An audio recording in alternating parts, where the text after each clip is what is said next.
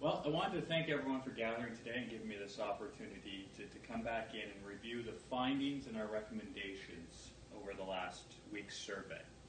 Really what today's objectives are is to review what we found and our suggestions for improvement after the HR team here at Trandex Pharmaceuticals brought our process improvement team in to evaluate the negative feedback that you were getting from employees around your vacation request policy and sick leave policy and processes.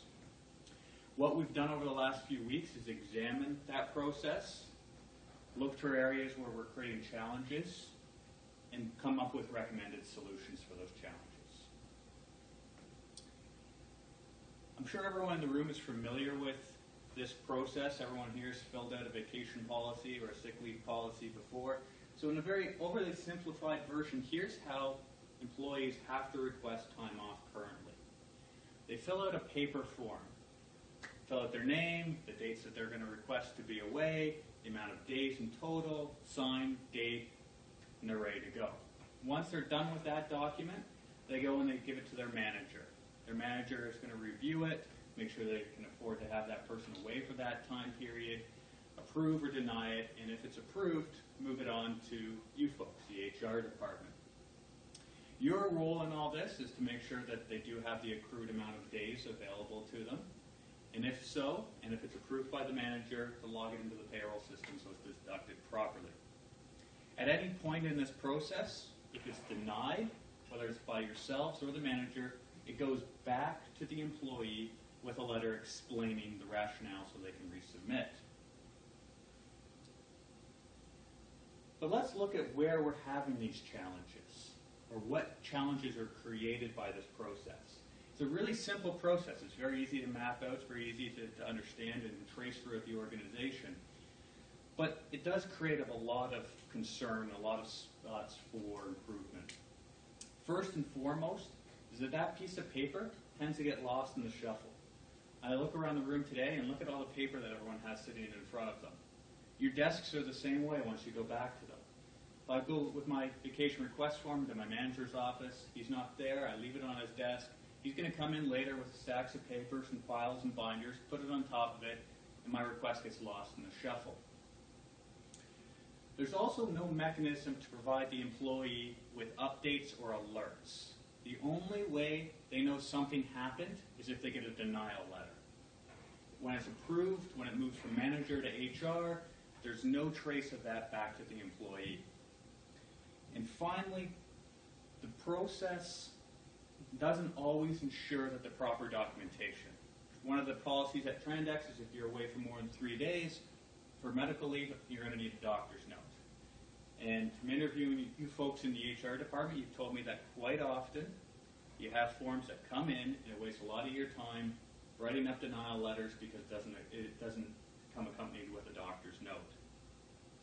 All of this is leading to really what your main cause is that you brought me in here for, is unhappy employees and the difficulty in attracting and maintaining top-tier talent.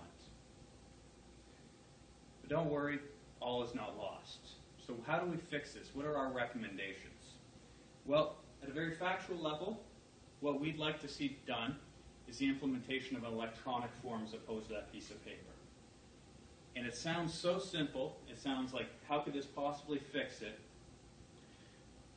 But however, this electronic form allows the operators or the staff members to come in, type it up into a web portal, hit submit, and have it automatically routed to the email inbox of their manager. Once their manager approves it, it's automatically forwarded on to you. We've seen some great success with this on other types of forms, for instance, in the finance department with their purchase requisition forms. The routing process can either be predefined, meaning we know exactly which manager it needs to go to for each staff member, but it can also be ad hoc. So if your manager was away on his vacation for 2 weeks, but you need to push your vacation request through, the employee can actually pick the replacement manager to forward it to them and then on to HR. So, sure, it's great to know what this electronic form is and how it's used. But how does it actually address your challenges that you're facing currently? Well, first and foremost, Employees can log into the forms portal at any point and see any open vacation requests or sick leave forms that they have submitted. It tells them where it is in the process, so whether the manager is still sitting in their desk, whether it's sitting with HR, or whether it's been approved. So now they have notification, they have the answers that they're looking for. And should anyone forget to act on a form, so let's say I give it to one of my managers and a week later they still haven't looked at it, I'm trying to book hotels and flights and things like that, it can actually send them a reminder 3 days out and say, listen, you haven't approved Kevin's vacation request form yet. And after 5 days, well, then it could kick back to the employee as well and say, hey, listen, this is still sitting with your manager. That gives the employee the opportunity to go to the manager and follow up, see if everything was done properly, ask any questions, without us badgering managers and HR staff on a daily basis or an hourly basis trying to get answers. Things fall into a nice, clean time frame, and everybody's aware of how long things should take for these approvals. And finally, coming back to one of your main points here, was a big time waster of incomplete documents being submitted. The forms, we can build logic into them where it will not allow an employee to submit it without the proper documentation attached. So if they're filling out a sick leave form and they've indicated that they've been gone for 3 days or more, they'll have to attach a copy of their doctor's note to that form. If they don't, it won't allow them to submit it. So you're never going to have something that hits your desk again that's incomplete. So, this all sounds great. Of course, everybody wants to move forward, but how do we start? Where do we go from here? Well, the next steps are really for your department to authorize the budget to do this. We have the software in place, but you're going to need to expand on the software licenses for all the new employees that are going to be coming in for this program. You're going to be looking at an expansion cost of about $15,000. So that's something that your team's going to have to get approval on, and that includes the software expansion as well as the rollout from the implementation team. Once we have to go ahead on that, again, our team will develop documented reporting lists for every employee in the organization. So we know each employee, which manager it goes to, and which person in your HR department is going to approve it for that department as well.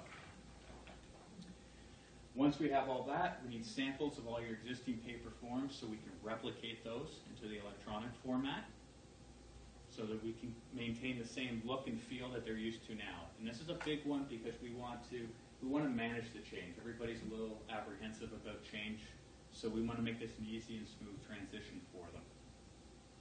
Once we have all that in place, we're going to turn it over to the implementation team. And they're the guys who are going to set it up and make it all work, set out these workflows or this document routing that we talked about, and they're going to create a test environment first. Where we see the biggest need is in the operations department. That's where we tend to get a lot of the most negative feedback. And they also tend to be one of the departments who adopts technology quicker.